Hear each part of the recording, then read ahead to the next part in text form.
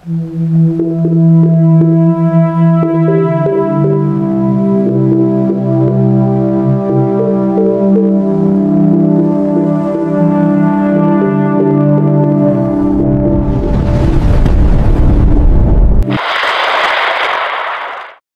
ang pinakahuling ulat panahon ngayong Martes. Ika-14 ng Oktubre taong 2025. Mayroon tayong minomonitor na low pressure area na posibleng maging bagyo at pumasok sa Philippine Area of Responsibility. Huling namata nito sa layong 2,035 kilometro silangan ng Mindanao at nagdadala ng mga thunderstorm at pag-ulan. Kapansin-pansin ang lawak ng mga thunderstorm kaya malaki ang tsansa na lumakas ito bago tumawid sa ating bansa. Kung tuluyan itong maging bagyo sa loob ng park, papangalanan natin itong Bagyong Ramil. Base sa aming pagtaya, ang posibleng daanan ng Bagyong Ramil ay Pahilaga-Kanluran. Sa Biyernes, inaasahang papasok na ito sa park at pagsapit ng Sabado, lalapit ito sa Hilagang Luzon na magdudulot ng malawakang pag-ulan. Malawak ang sakop nito, kaya't buong Luzon ay dapat na maging alerto. Ang posibleng daanan nito ay Hilagang Luzon, Babuyan Group of Islands o sa mga lugar ng Ilocos Norte, Apayao, at Cagayan Valley Region. Kahit hindi tayo ang direktang daanan ng sentro ng bagyo, maaari pa rin tayong makaranas ng malakas na hangin at pag-ulan na maaaring magdulot ng pagbaha at pagguho ng lupa. Kaya, pinapaalalahanan ng lahat na maging alerto at updated sa mga bagong ulat na aming ilalabas. Bukod sa LPA, minomonitor din natin ang hanging easterlies na nakaapekto sa silangang bahagi ng ating bansa, lalo na sa Aurora, Quezon, at Camarines Norte. Asahan pa rin ang mataas na pag-ulan sa Aurora, Quezon Province, at Camarines Norte dahil sa patuloy na epekto ng hanging easterlies. Ang sentro ng hangin ito ay direktang nakaapekto sa mga nabanggit na lugar, kaya't makakaranas ng maulap na papawirin at kalat-kalat na pag-ulan. Samantala, inaasahan ang pagbuti ng panahon sa Mindoro Region, Batangas, Laguna, Cavite, Bataan, Bulacan, Pampanga, Tarlac, Zambales, Pangasinan, Ilocos Region, Mountain Province, Ifugao, Benguet, Nueva Vizcaya, Quirino, Isabela, Cagayan Valley, Kalinga, Apayao, Batanes, at Babuyan Group of Islands. Magiging maganda ang panahon sa umaga, ngunit maging alerto sa biglaang buhos ng ulan sa hapon at gabi dahil sa epekto pa rin ng hanging easterlies. Narito ang agwat ng temperatura sa Luzon. Lawag, 24 hanggang 32 degrees Celsius. Baguio, 17 hanggang 22 degrees Celsius. Metro Manila, 25 hanggang 32 degrees Celsius. Tagaytay, 22 hanggang 29 degrees Celsius. Legazpi, 24 hanggang 31 degrees Celsius. Tuguegarao, 24 hanggang 32 degrees Celsius. Visayas at Palawan. Inaasahan ng maaliwalas na panahon na may mababang tsansa ng pag-ulan. Narito ang agwat ng temperatura, Cebu, 24 hanggang 31 degrees Celsius. Iloilo, 24 hanggang 31 degrees Celsius.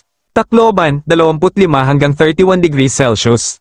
Kalayaan Islands, 25 hanggang 31 degrees Celsius. Pinapayuhan pa rin ng mga kababayan na mag-ingat sa biglaang pag-ulan o isolated thunderstorms dahil sa umiiral na hanging easterlies.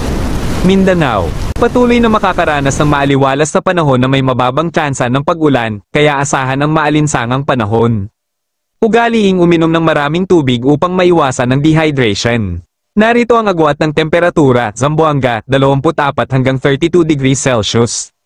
Cagayan de Oro, 25 hanggang 32 degrees Celsius. Davao, 24 hanggang 33 degrees Celsius.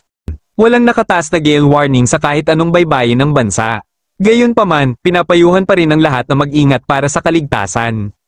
Para sa karagdagang impormasyon at mga latest update, mag-subscribe sa aming YouTube channel. Mag-ingat po kayo. Dumako naman tayo sa ating partner para sa mga karagdagang impormasyon sa loob ng ating bansa. Easterlies pa rin o yung mainit na hangin galing sa Karagatang Pasipiko ang umiiral dito sa silangang bahagi ng Luzon at Visayas. At makikita natin dito sa ating latest satellite imagery na ngayong madaling araw pa lamang may mga kaulapan na tayo dito sa silangang bahagi ng ating bansa. So inasahan natin, posible magpapatuloy yung mga kaulapan at mga kalat-kalat na pag-ulan at thunderstorms na ito sa eastern section ng Luzon at ng Visayas. Meanwhile, for Metro Manila and the rest of the country for today, asahan natin itong generally maaliwalas sa panahon, bahagyang maulap hanggang sa maulap na papawirin, sasamahan lamang yan ng mga biglaan at panandaliang pag-ulan na dulot ng localized thunderstorms. At sa kasalukuyan, may binabantayan tayong low pressure area sa labas ng ating Philippine Area of Responsibility. So malayo po ito sa ating bansa at walang direktang epekto sa atin at least for today and the next 2 to 3 days. At maliit pa naman yung chance na maging bagyo within the next 24 hours.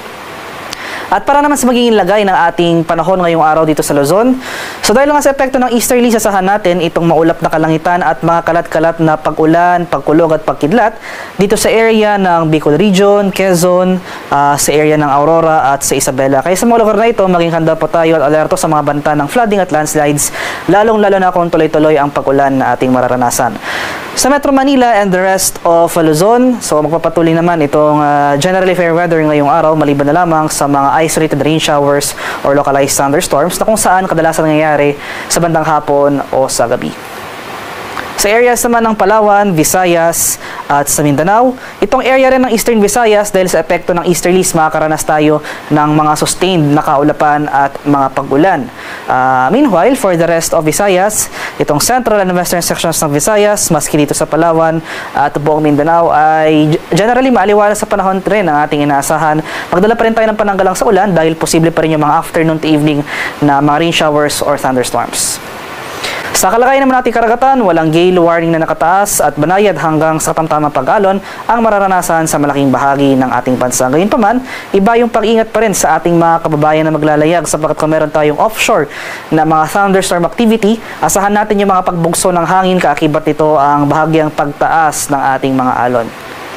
Para naman sa ating weather outlook sa mga susunod na araw, so yung scenario natin para sa low pressure area na ating minomonitor sa labas ng PAR, low chance maging bagyo within the next 24 hours pero patuloy nga yung monitoring natin dahil hindi natin inaalis yung posibilidad ng development into a tropical cyclone in the coming days na kung saan posible nga itong pamasok ng ating Philippine Area of Responsibility by Thursday or sa Friday. So at least for the next 4 days, wala naman tayo inaasahang direktang epekto ng nasabing paparating na sama ng panahon sa ating bansa.